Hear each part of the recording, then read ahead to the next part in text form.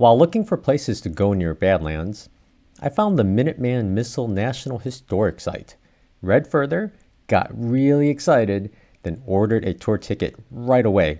$12? Whatever, I'm going. It's the Minuteman Missile National Historic Site, Delta 09 visitor parking.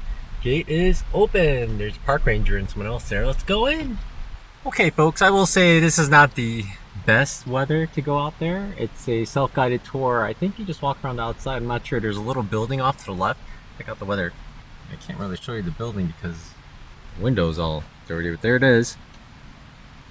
Oh, well, there's that one right there on the left. So I'm gonna go over there and check it out and read some information placards and whatnot. It looks like it's designed perfectly so the wall is blocking the wind, which is coming from the north. It's on the right side there. Perfect. So I'm gonna go check it out and see what there is to see here. Minuteman Missile National Historic Site, Delta 09 Missile Silo up to the Cold War. It's interesting. It's a self-guided tour. I knew, but I didn't know how they did it. But you call a cell phone number and you hit the stops that are out there. And I guess we're gonna walk off this way. And we'll find the stops. It's super windy, so I might not be able to record much. It's freezing. And I got my headphone for my cell phone so I can listen to it without having to hold it.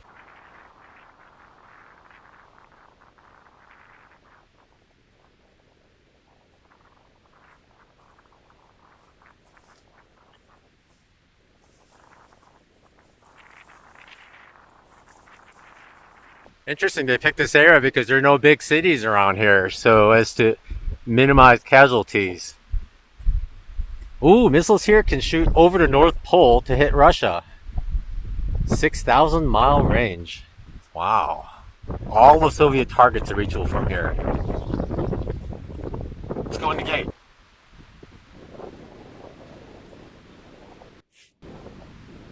Oh! Where's it? Is it the missile?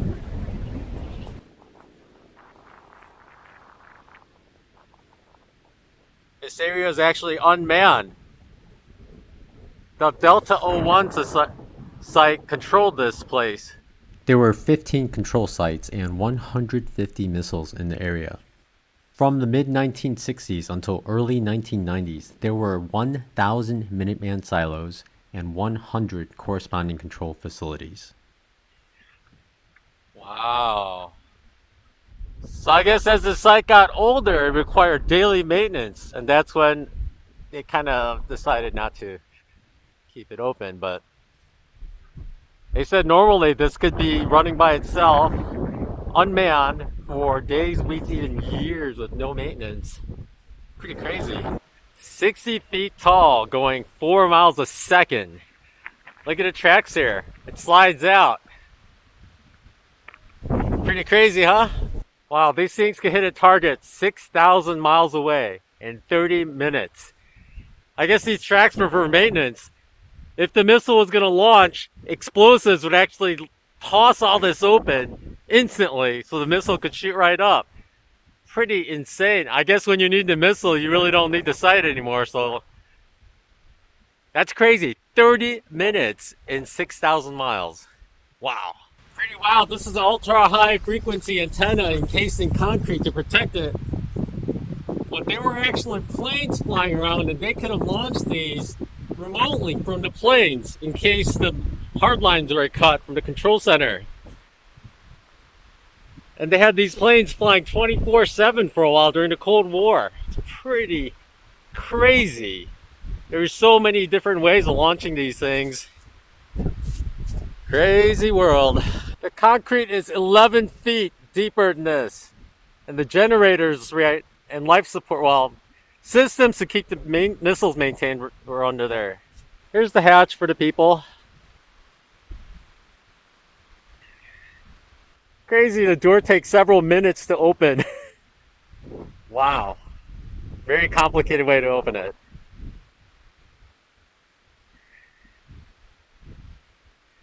And if something happens wrong with the hatch, the team from Delta 01 arrived here. This is a motion detector to detect anything walking around in proximity. Sometimes they pick deer and other animals and herds of locusts and sometimes. Super high security here.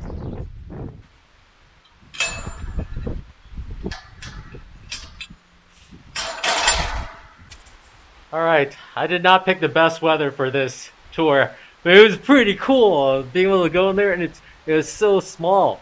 It's funny, the highway is just maybe less than a mile away. You know, all these people are driving by and it just looks like a little fenced area, a couple antennas. Pretty intense. And then this is all recently shut down. Well, not recently, but I guess in the last 30 years. But pretty crazy. And I forgot how many of these there were all over the country. But it's pretty insane that this can reach 6,000 miles within 30 minutes of launch. And they have so many redundant methods of launch. Pretty crazy. Pretty crazy what could have happened in this planet, huh? Alright, I'm going to try to race off to the car. This little building structure gives me a little reprieve from the wind, but I recorded a bunch of audio over there, but I'm sure it's way too windy to listen to it. So I'm just going to dub over it.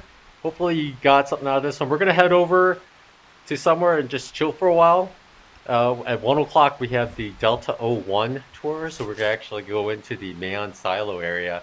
There's some ladders and stuff. I'm going to ask if I could film there, but it's going to be pretty interesting. I hope they let me film. And I have a feeling, though, I'm going to be the only one on the tour. And it starts with walking around outside. I hope the weather gets a little warmer. I'm going to be the only one, I bet. All right, let's get back to the car and warm up. Alright, that was not the best weather to go on there. It's 19 degrees out, but because of the wind, real feel zero.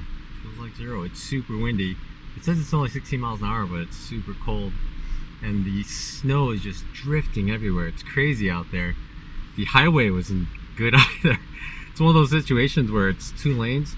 With the right lane, everyone drives on, so it's clear. But the left lane, if you have to pass the car, you have to drive on just tons of snow. Not safe. We're gonna sit here for a little while because my tour for Delta 01 site starts at 1 o'clock. So we have 3 hours to blow. And it's only gonna take maybe 15 minutes to get there. Probably gonna take me 25 minutes to get there, but they said if an alert happens here, the men from there can show up here within 15 minutes. But then again, if it's an emergency, you drive really fast. Pretty crazy. Pretty crazy. The number that you call for the tour, you can actually just call it yourself and punch in the numbers for the facts. But then again, you could probably just go online and get all the facts. But very interesting tour. It's cool that they just let you go there and there's nobody around. I'm sure there's cameras somewhere, but I was the only person there. There were a couple of people here that opened the gates here when I got in, but they left before I got out of the car. And then pretty crazy. It's interesting though. Yet another site I got to go and nobody else was there. Just me. 'Cause nobody's crazy.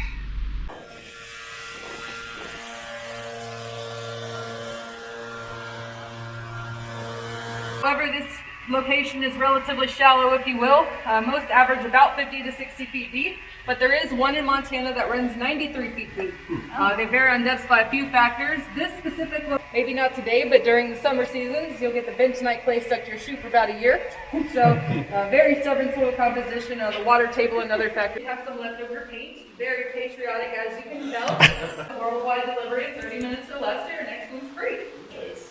That is original to the blast door weighs. I'm gonna guess 10,000 pounds.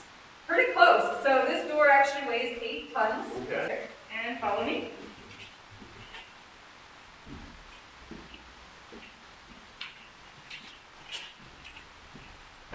Oh, I'm still too tough for it. Wow. Concrete on the outside, and I'll show you what the inside is reinforced with once we actually exit the capsule here. The front here, and 2 in the back of the building. Building setting on springs was designed to bounce 3 feet any given direction to help lessen your impact. Very similar to a crash test dummy, if you will. They'll bounce around quite vigorously, and during the process of this, in motion, you don't want things to go flying around internally. Well, they've thought of that as well. Everything down here strapped down, bolted, secured in one form or fashion or another, from the coffee pot there to the microwave to the bed. To yourself and your seat, you are strapped in via seat belts, and you can reach your entire workspace via the railing on the chair. And so if you can imagine, 24-hour shift down here, same style toilet as the prisons. Highest technology of typewriter and rotary phones is what they had down here. Oh, 3 feet, that's crazy. That's some engineering. For real, that's, as I had, I think he was either maintenance, I believe he was maintenance. He worked at these facilities and here at the beginning of their shift, as well as secure a master lock on there each. And basically they will take all of that with them as they go. New crew that comes in will place in their own launch keys and code books in this box here, as well as secure a master lock on there each. Down here is considered a no loan zone, meaning nobody is allowed to do anything down here by themselves. And this is prime example number 1 here. You're not even allowed to touch his launch keys or code books by yourself. You've got to have your partner to open it up with you. Another example of the no loan zone is if you look at the deputy commander that sits here, he can turn and see the crew commander no problem, meaning you have to launch. If that does happen, well, the deputy commander that sits right here will place in the launch key right over here, and 12 feet away from the deputy, the crew commander up here will place in the launch key right over here. Now they have to input the keys within 2 seconds of each other, turn and hold for approximately 4 seconds as well. It's meant to be accidental proof. These guys are simultaneous key turning here, and believe it or not, once they've done so, nothing happens yet. You have 1 vote for a launch, but you actually need 2 votes. Meaning 2 facilities, just like we're in, have to be in agreement. But it can't just be any facility. It has to be one from your same 66 missile squadron. So you as Delta here would need Alpha, Bravo, Charlie, Echo, or in the case that these facilities are no longer, Looking Glass Airborne Command to help you launch as well. Once you have that second vote and a total of 4 keys turned within your squadron here, then and only then there is no going back from that point. From the second set of keys turned to register to the missile sites takes about 54 seconds, and that's actually where the name Minuteman comes from. 54 seconds is what that process takes there. And 54 seconds after the second set of keys are turned, the missile receives the message, the vehicle with your warhead using aerodynamics to re-enter the atmosphere, come down and strike your destination within about a quarter of a mile. Quarter of a mile in the early 60s was pretty top technology, if you can imagine. Did carry a 1.2 megaton warhead on the top there that was going to destroy everything in its path for centuries to come due to the radiation that it carried. And so we are very fortunate today to say that this was the greatest weapon never used. We've never had to officially launch a Minuteman II or Minuteman III missile, just besides test launching out of Vandenberg, California. But those have no warhead in them. They are just basically meant to test the missile, make sure it goes. Doing so, well, you have a little bit of bad news and good news mixed in. So the door that you came in from, glass door, will not open up. The trick to that door is you actually have to call the security personnel up top to help you buzz that door open before you even get it going. And so if you can imagine, that door's not going to open for you. Your airflow through those yellow, you have a few sheets of plywood at the end of the tunnel that you have to figure out how to get past, as well as about 5 more feet. But it's interesting to see what our actual deterrent system is, and sees, you know, in 2.5 years is really what the time it took to complete these facilities. So I think that's miraculous in the early 60s. Especially, I didn't even think of like the shock absorption part of it. Yeah, it's pretty wild, but they wanted to make sure to, you know, kind of have some protection for this. It's like having to solve it, so I'm assuming it was some sort of like a cryptex type thing, or like a, So you get like a, you'd have to solve. So, for like Titans, and at the beginning of this, they would have the cookies where they have to crack open, and they've updated and stuff over time as well. So they would actually enter the codes here. So that's how they would actually get going, if you will. Yeah.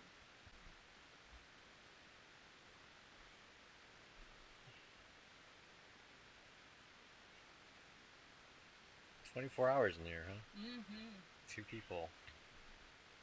That's why you did that coffee pot. That's right.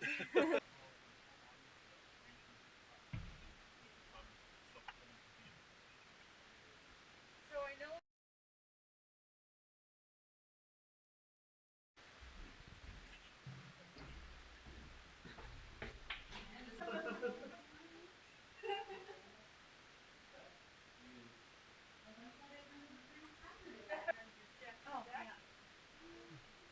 jackets. I think that might be.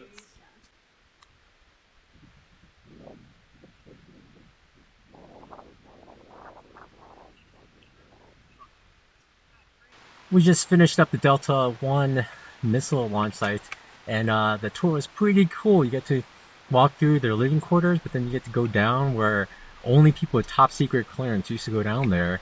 And we got to go down there, and they let us take pictures and take videos and of all kinds of stuff, and they left things the way it was, pretty much. It's so cool. It's so crazy what they were capable of doing with the missiles here. I mean, 6,000 miles in 30 minutes is amazing, and they were able to launch a missile within 5 minutes of getting a call.